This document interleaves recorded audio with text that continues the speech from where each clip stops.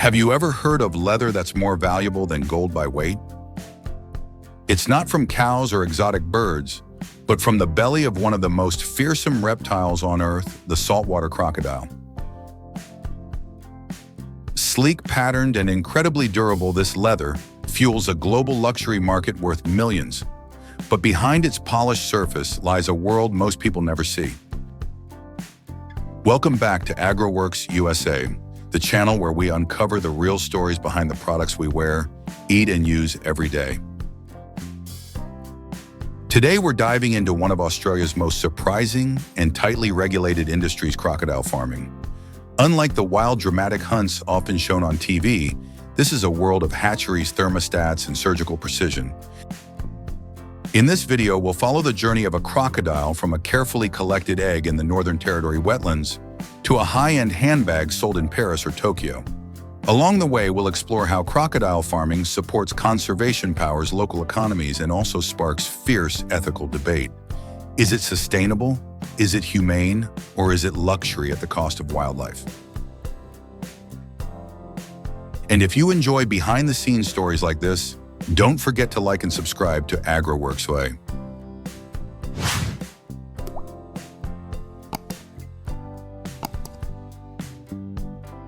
In Australia's Northern Territory, the heartland of saltwater crocodile habitat, the farming process begins not in a lab or artificial enclosure, but in the wild wetlands that stretch across Arnhem Land and Kakadu.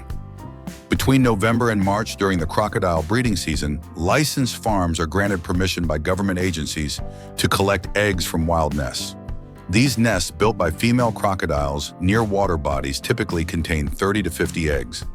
Accessing them is no easy task. Rangers and trained staff, often including indigenous landowners, navigate by helicopter or boat, trekking into remote and swampy areas where crocodiles defend their nests aggressively. Collectors must proceed with utmost care. Each egg must remain in its original position to avoid killing the embryo inside. This process is part of Australia's sustainable use wildlife conservation model, which treats live crocodiles as valuable assets rather than threats. By attaching economic value to crocodile eggs without harming the breeding adults, the model encourages local communities to protect both the animals and their habitats. It shifts the incentive away from illegal poaching and habitat destruction and toward regulated benefit-sharing programs. Notably, indigenous groups like the Arnhem Land Progress Aboriginal Corporation, ALPA, are key partners, receiving royalties or direct payments for granting egg collection rights.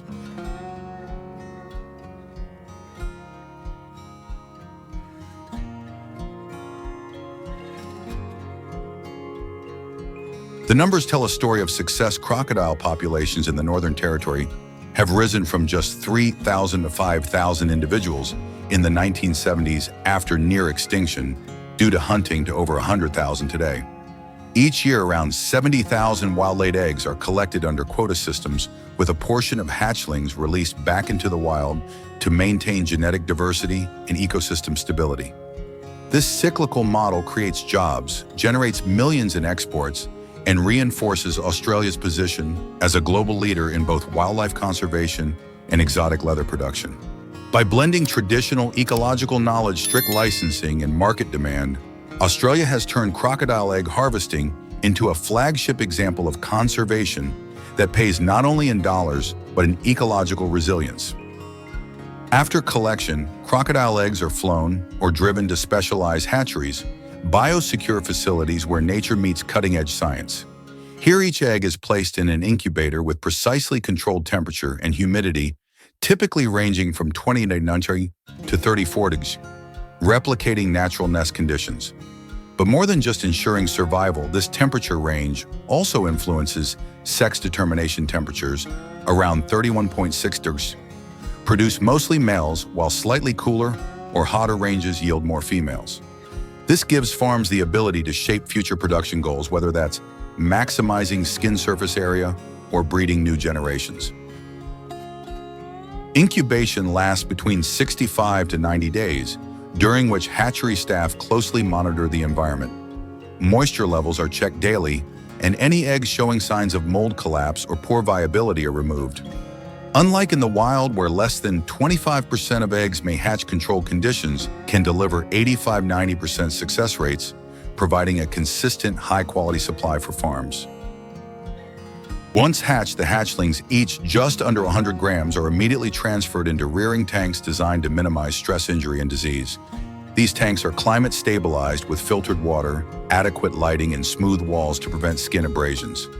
For the first few weeks, nutrition is tightly managed. The young crocodiles are fed a paste of ground chicken, beef, or fish enriched with vitamins and minerals to support bone growth, immune development, and especially skin quality, which determines future commercial value. Farm workers carefully track feeding schedules, monitor weight gain, and conduct health checks during this stage. Any signs of aggression or overcrowding are addressed immediately, as bite wounds or stress can reduce hide quality. A crocodile with damaged skin might fetch 50% less on the luxury leather market than one raised under ideal conditions. This early life phase, backed by veterinary oversight and decades of refinement, is what gives Australia its edge. The ability to raise traceable, blemish-free crocodiles under humane, science-based conditions ensures not just premium leather, but a brand of ethical, sustainable luxury that's hard to match. Once hatched, baby crocodiles are moved into specialized rearing tanks where temperature, water quality, and enclosure conditions are meticulously controlled. These environments are designed to reduce stress, prevent disease, and replicate the warm, wet conditions of their natural habitat without the dangers of predators or food scarcity. Water temperature is typically maintained between 30 degrees Celsius and 33 degrees Celsius, with constant filtration to ensure cleanliness. Humidity and lighting are also regulated, and the tanks are regularly cleaned to reduce bacterial buildup. Hatchlings are grouped according to size to minimize aggressive behavior, and the risk of cannibalism, a common issue in crowded or poorly managed facilities.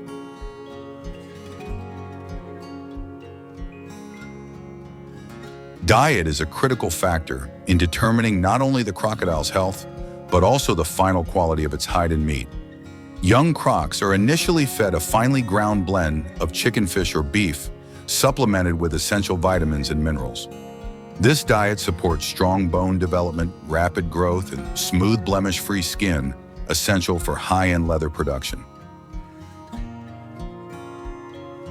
As the crocodiles grow, their feeding frequency adjusts.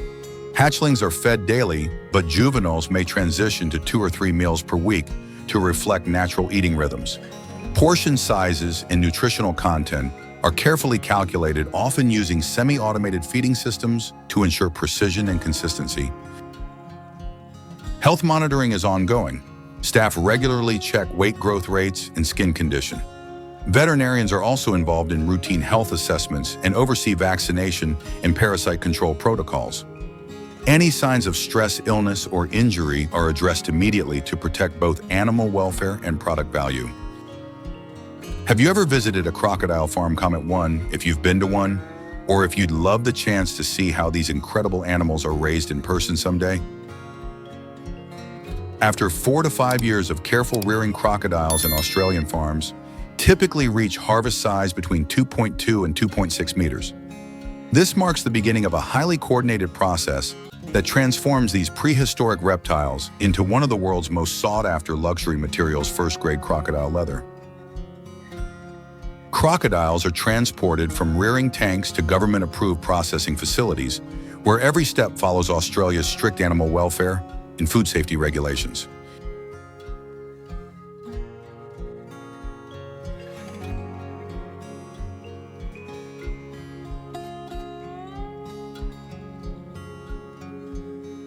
Humane immobilization techniques are used to reduce stress and prevent injuries that could damage the skin, a crucial factor in the leather's value.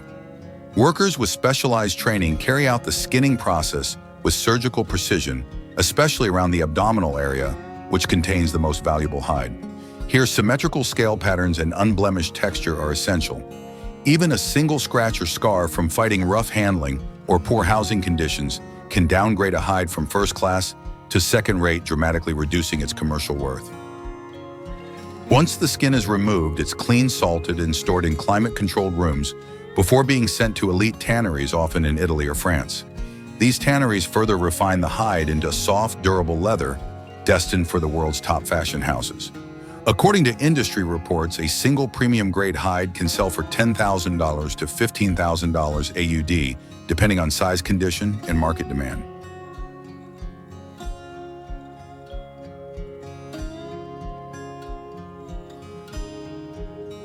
To protect this high-value product, Australian farms invest heavily in traceability systems, controlling everything from egg incubation and hatchling health to feed composition and space per animal. Some farms use digital monitoring systems to track each crocodile's growth and minimize injury risks, ensuring top-tier quality from start to finish. Beyond the hide, the industry embraces a whole animal approach. Bones, claws, and teeth are repurposed into jewelry and souvenirs, while fat is used in cosmetics such as moisturizers and balms. Some farms also integrate ecotourism, offering guided tours, hatchling shows, and on-site gift shops to connect consumers directly with the production process.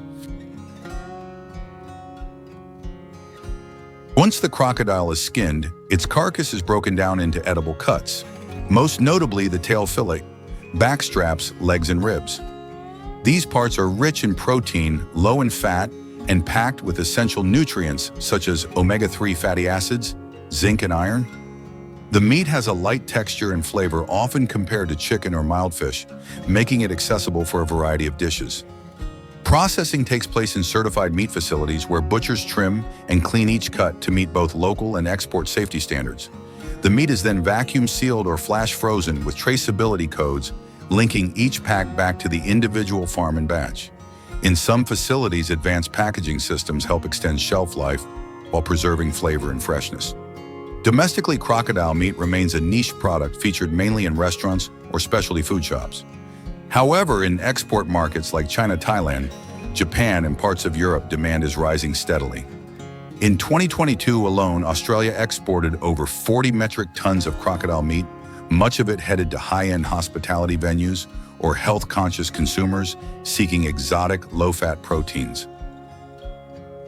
Innovative producers have also developed value-added products including crocodile sausages, cured meats, and jerky to reach new audiences and reduce waste. The mild taste and versatile texture allow chefs to incorporate it into fusion cuisine curries, barbecues, and even gourmet pizzas.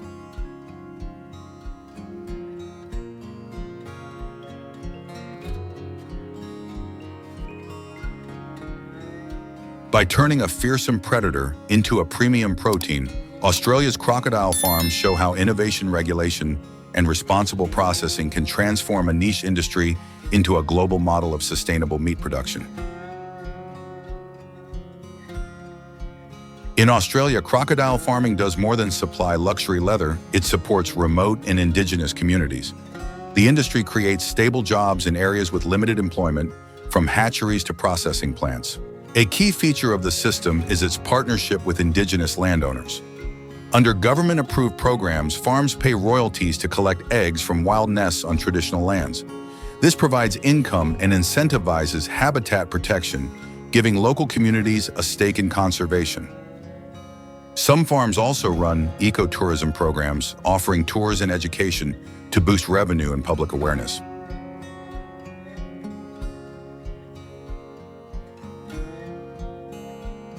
However, the industry isn't without challenges.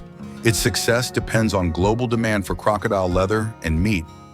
Shifts in fashion trade policies or competition from countries like Thailand can affect profits. Crocodile farming in Australia walks a fine line, contributing to conservation and rural jobs while also stirring ethical concerns. Critics argue it's wrong to breed and kill sentient animals just for luxury items like handbags and belts, no matter how well regulated the process. They ask, can fashion ever justify a life? Supporters point to conservation gains. Regulated farming and egg harvesting introduced in the 1970s have helped saltwater crocodile populations rebound from near extinction. By creating economic value around live crocodiles, the system incentivizes habitat protection. Indigenous communities benefit too, earning income and cultural recognition through land-based egg collection. Still, pressure is mounting. As consumer awareness grows, so do calls for bans on exotic leathers and stricter welfare standards. The industry now faces a challenge: can it remain profitable while being transparent and ethical? At its core, the debate asks, does farming wild animals for fashion help or harm the bigger picture? What's your take? Share your thoughts in the comments. We'd love to hear your perspective.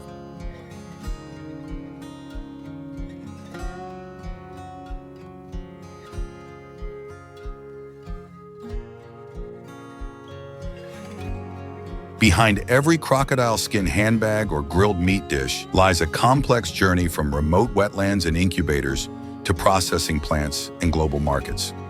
Australia's crocodile industry blends conservation with commerce, traditional knowledge with modern farming, and local livelihoods with international luxury. But this balance raises deeper questions. What's the real cost of luxury? Can farming wild animals ever be truly sustainable or ethical? And how do we weigh economic benefit against animal welfare? There are no easy answers, but these are questions worth asking.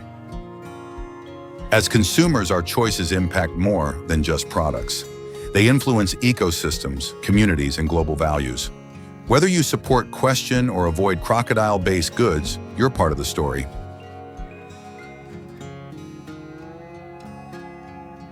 So what's your take? Do you believe industries like this can be part of a sustainable future? Or should we reconsider how we treat wild species?